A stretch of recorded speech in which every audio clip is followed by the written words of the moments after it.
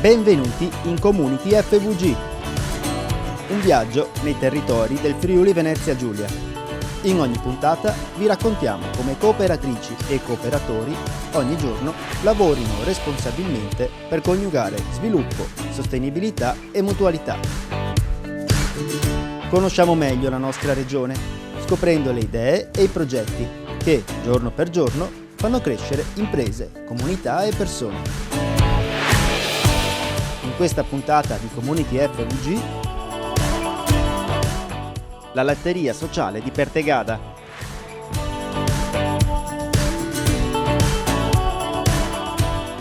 A colloquio con Venanzio Francescutti e Riccardo Milocco.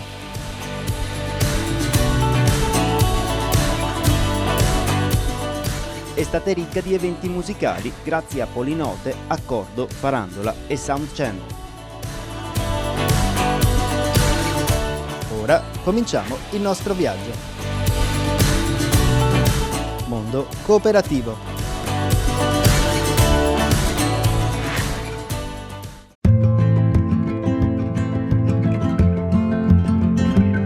La latteria sociale tornaria di Pertegada, nata nel 1949 da ancora i nostri nonni che l'hanno fondata a quegli anni. Adesso siamo rimasti pochi soci rispetto ad allora, perché ovviamente le stalle sono diminuite con gli anni, i tempi sono un po' cambiati e quindi la realtà delle stalle è diminuita un po'.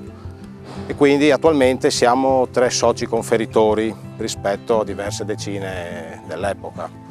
Ciononostante ci ha permesso comunque di mantenere un adeguato quantitativo di latte che ci permette di andare avanti, perché ovviamente le stalle sono più grandi rispetto a una volta e quindi anche se con meno soci il latte lavorato è comunque sufficiente.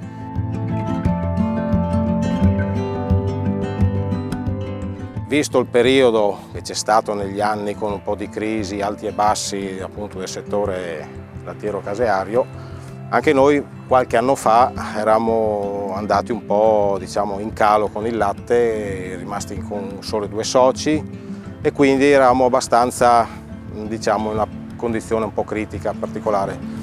Poi grazie comunque alle cooperative, alla regione che si è presa un po' in carico il voler mantenere queste realtà che sono un po' la storia della tradizione contadina delle latterie turnarie, siamo riusciti con dei contributi un po' mirati, un po' appunto fatti per poter migliorare anche il livello tecnico, strutturale delle strutture ormai datate, ci ha permesso appunto di poter migliorare e crescere di nuovo col quantitativo di latte lavorato giornalmente. Infatti la latteria turnaria ha una particolarità, che tutto il latte lavorato, conferito dai soci, viene trasformato e i prodotti vengono ritirati poi dai soci stessi e venduti in maniera autonoma. Quindi il caseificio fa solo un'operazione di trasformazione, di controlavorazione del latte e quindi dopo è carico di ogni socio gestirsi la vendita e riuscire a commercializzare i prodotti.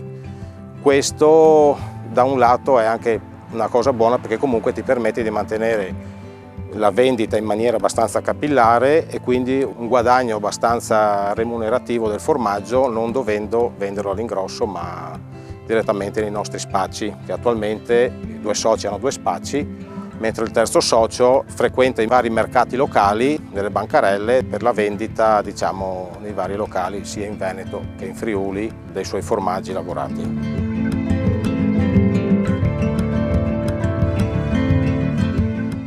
Un'altra particolarità nel tempo che è cambiata: all'inizio il grosso era formaggio e burro, si produceva nelle varie latterie, era quella la produzione principale. Negli anni, essendo cambiata un po' la richiesta del mercato, della gente, della società, si è iniziato a fare un cambiamento dei prodotti. Si va più su prodotti freschi, ricotte, mozzarelle, caciotte.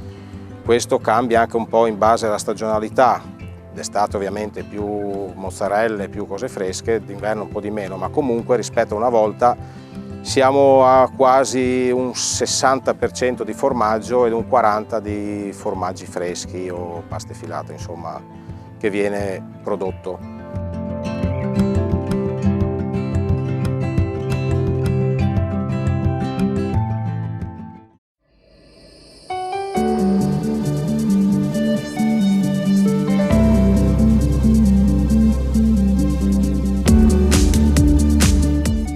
la musica come elemento per la ripartenza. Numerosi saranno infatti gli eventi organizzati nel Pordenonese dalle scuole di musica aderenti a Conf Cooperative.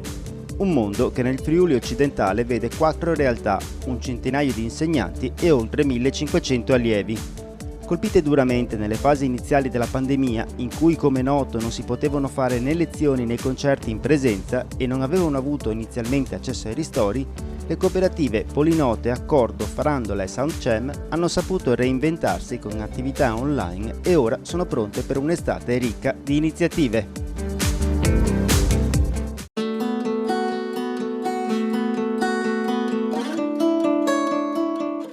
La latteria turnaria di Pertegada produce il formaggio latteria a latte crudo, quindi molto importante è la materia prima che si lavora, cioè il latte.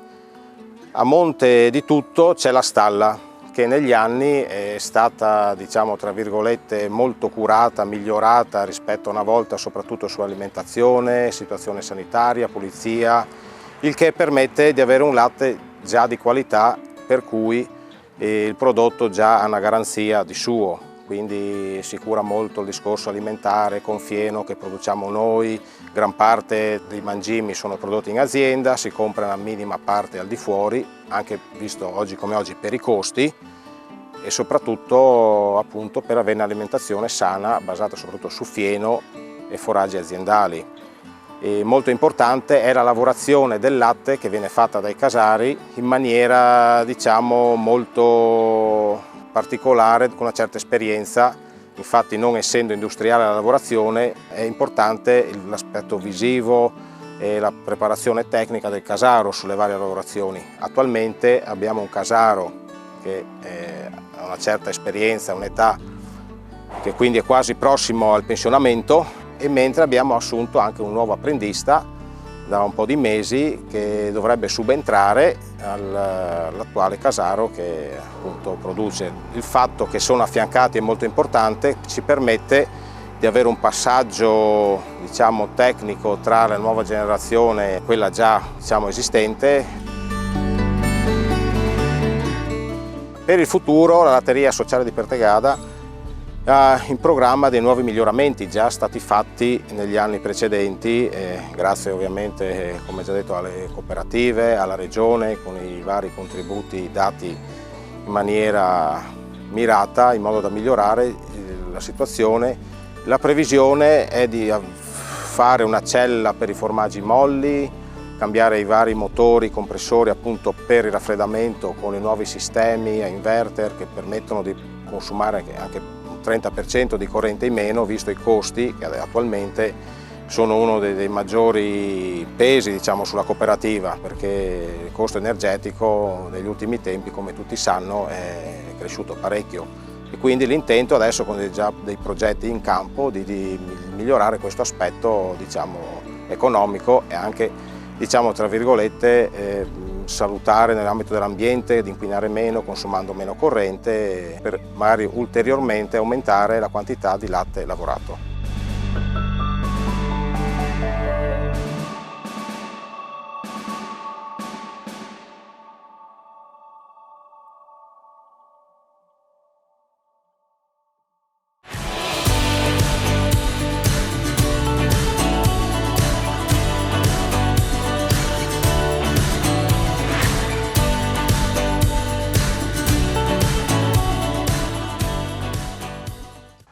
Salve a tutti, agricoltura, agroalimentare, pesca, ambiente, sono temi da sempre dibattuti all'interno di Fedagri Pesca. Oggi in particolare ne parliamo col rinnovato presidente della federazione Venanzio Francescuti e col vicepresidente Riccardo Milocco, che ci hanno raccontato il loro punto di vista.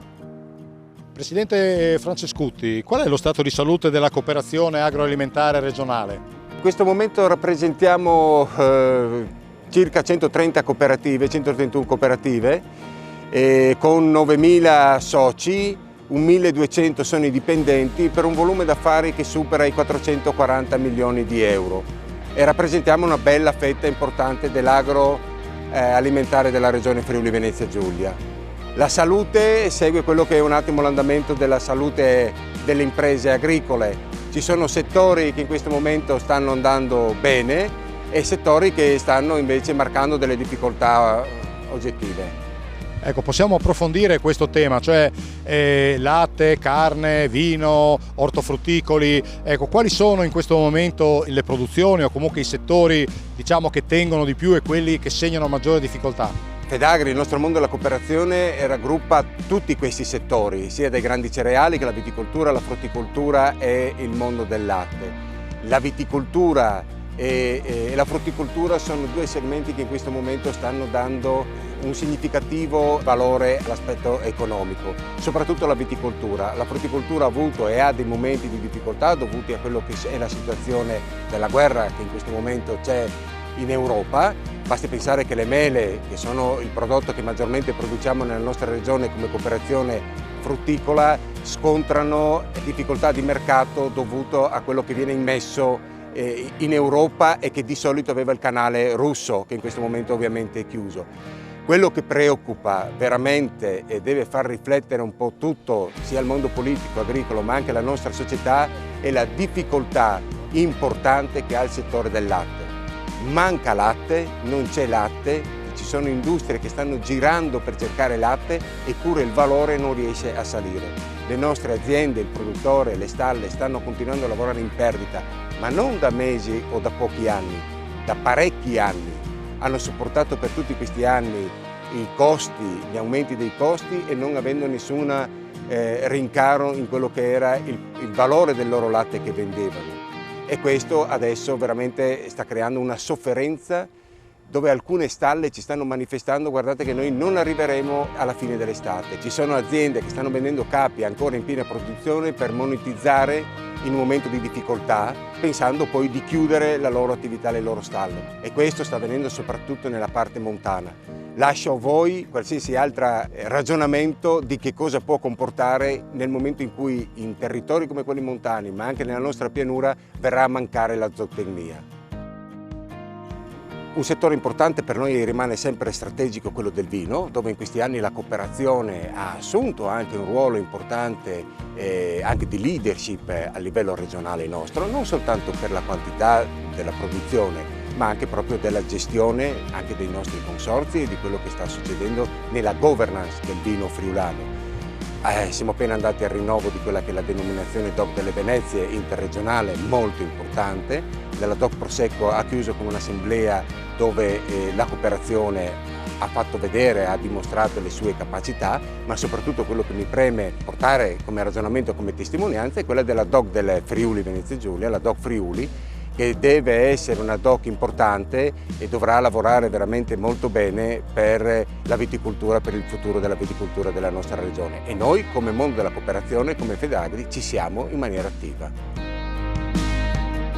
Vicepresidente Milocco, la pesca e la pesca in cooperativa in particolare ha ancora il suo ruolo nella nostra regione? Ma sicuramente sì, rappresentiamo ancora il 90% delle imprese che fanno pesca ed acquacultura, non dimentichiamo l'acquacultura, nel nostro territorio friulano, per cui la cooperazione in generale raggruppa il 90% delle imprese, per cui ha la massima rappresentatività. Se dovesse segnalare 2 o 3 temi di riflessione sul comparto in questo momento, su che cosa punterebbe? Ma i temi ce ne sono molti, ma diciamo il collegamento della pesca con le situazioni ambientali che ci ritroviamo, per cui l'impoverimento dei nutrienti nelle lagune soprattutto, il problema delle meduse, il problema dei tenofori, come tutte le invasioni di prodotti non autoctoni nei nostri mari, e poi l'altro grave problema è la reintegrazione nel nostro settore di persone giovani. E il rapporto invece coi consumatori, quindi come la storica pesca regionale si confronta oggi col consumatore che ha sempre nuove esigenze e appunto più moderne, più attuali? Da quel punto di vista là dobbiamo fare un passo noi, perché il nostro prodotto è sicuramente un prodotto di gamma alta, però dobbiamo arrivare più vicini al consumo finale, per cui bypassando certi passaggi e avere la nostra identità del nostro prodotto. Non siamo ancora oggi capaci di distinguere il nostro prodotto da prodotti similari che ci sono nel mercato. Questo è un grave danno, perché un prodotto raccolto dai nostri cooperatori all'interno delle nostre acque, con tutto il discorso di sanità, di elaborazione della filiera ittica nella nostra mentalità friulana, significa un prodotto sicuro, buono, garantito e genuino. Su questo abbiamo fatto qualche passo avanti o siamo ancora fermi? No, i passi e le idee ci sono e sono ben chiare. Abbiamo avuto un attimino di fermo perché, come tutti sappiamo, la situazione negli ultimi 3 anni, possiamo dire, è stato piuttosto complicato. Adesso è il momento di ripartire e le idee ci sono, il collegamento con l'amministrazione regionale c'è, per cui bisogna mettere in campo veramente tutte le forze possibili per arrivare a fare questo passo che ci manca.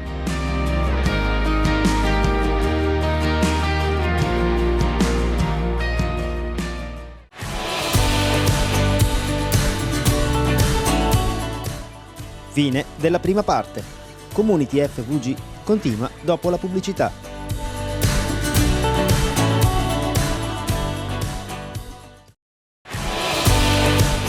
Ben ritrovati in Community FVG.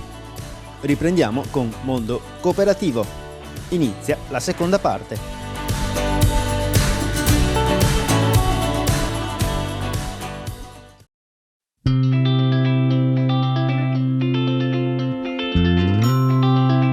Il centro socio-occupazionale della cooperativa sociale Il Piccolo Principe è un servizio diurno che ospita 13 persone disabili adulte che vengono impegnate in attività a carattere educativo ed occupazionale in un'ottica inclusiva e di valorizzazione della qualità della vita. Durante le ore di servizio, il centro è aperto dal lunedì al venerdì, vengono svolte diverse attività. Ci sono quelle a carattere appunto occupazionale che fanno riferimento ai laboratori artistico-artigianali di ceramica, cartonaggio, decorazione del legno e pittura su stoffa, e ad altre attività che sono maggiormente socializzanti, che riguardano le uscite sul territorio, e attività legate al benessere fisico e ancora attività esterne in collaborazione con altre associazioni come l'ipoterapia.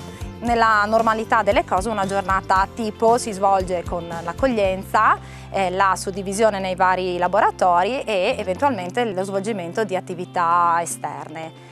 Diciamo che con l'emergenza Covid abbiamo dovuto riadattare e rimodulare le attività, in modo particolare in riferimento agli spazi del centro che hanno dovuto subire delle modifiche, questo ovviamente per poter garantire il mantenimento della distanza. Quindi alcuni spazi sono stati ripensati, uno in particolare è stato utilizzato come stanza isolamento, qualora dovesse capitare che una persona durante l'orario di centro manifesti dei sintomi che possono essere riconducibili al Covid, ecco che abbiamo la stanza per poterlo accogliere e mettere in atto tutte le procedure necessarie. Diversamente all'interno dei laboratori abbiamo creato delle postazioni ad hoc, per cui delimitate con lo scotch, in cui le persone sanno che devono stare e da cui possono muoversi con una libertà relativa. A livello di laboratori non abbiamo subito grosse modifiche, noi produciamo oggetti artigianali che sono poi destinati alla vendita nella nostra bottega della solidarietà. Le attività che hanno subito una modifica maggiore sono quelle relative all'attività fisica, perché non c'è stato più possibile né frequentare la piscina pubblica per fare rieducazione funzionale in acqua e neanche una palestra. Noi ci recavamo in una palestra delle scuole medie qua a Casarsa. Sono attività che abbiamo dovuto sospendere ma non eliminare, nel senso che facciamo un po' un fai da te utilizzando gli spazi e le risorse che abbiamo. Abbiamo un giardino ampio che ci consente comunque di fare attività all'aperto e sicuramente le passeggiate in centro paese o comunque nei dintorni non mancano. Un'altra attività che però ha subito una modifica è quella relativa al laboratorio di cucina. Diciamo che è sempre stato un po' il cardine del nostro servizio, tanto che negli anni abbiamo strutturato un servizio di mensa interna, quindi educatori e persone con disabilità collaborano per preparare il pranzo ogni giorno. In questo senso le mansioni destinate alle persone sono cambiate perché ovviamente nel rispetto delle norme sono stati mantenuti quei compiti ad esempio di sparecchiatura, di preparazione di quei cibi che poi verranno cotti. In generale poi il servizio ha dovuto subire una riduzione di orario e questo per consentire nell'ultima ora di sanificare tutti gli spazi. Posso dire che in generale il centro, comunque il gruppo, la squadra, insomma, si è riadattata bene alla situazione, soprattutto perché le persone con disabilità hanno saputo fare proprie le procedure, le strategie anche di contenimento in maniera assolutamente naturale e anche responsabile. Questo lo vediamo ogni giorno, non solo ciascuno personalmente si preoccupa di sanificare le mani, si ricorda di indossare bene la mascherina, ma funge un po' da sorvegliante degli altri, ricordando qualora insomma questa cosa non venga fatta.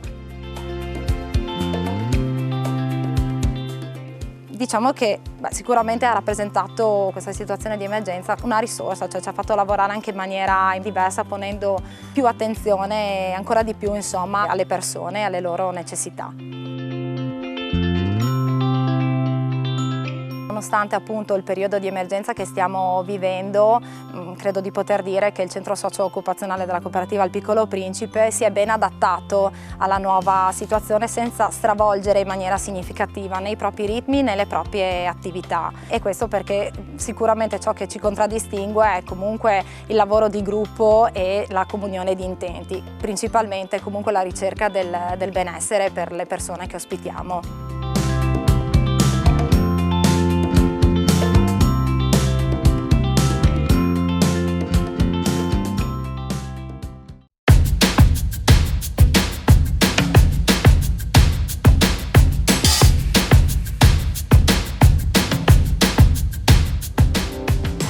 Embryo for Grape è un progetto che utilizza la tecnica dell'embryo rescue per la creazione di varietà di uva da tavola a Pirene.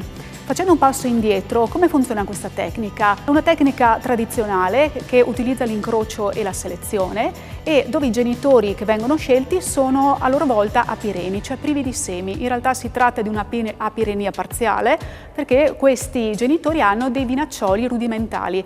Si effettua l'incrocio e si recupera poi il vinacciolo che possiede all'interno l'embrione non ancora sviluppato. Noi ci prendiamo cura dell'embrione, lo mettiamo in condizioni controllate di temperatura, umidità e di illuminazione, fintanto che da quel piccolo embrione si svilupperà una nuova pianta che avrà appunto come caratteristica l'assenza di semi e la resistenza alle malattie.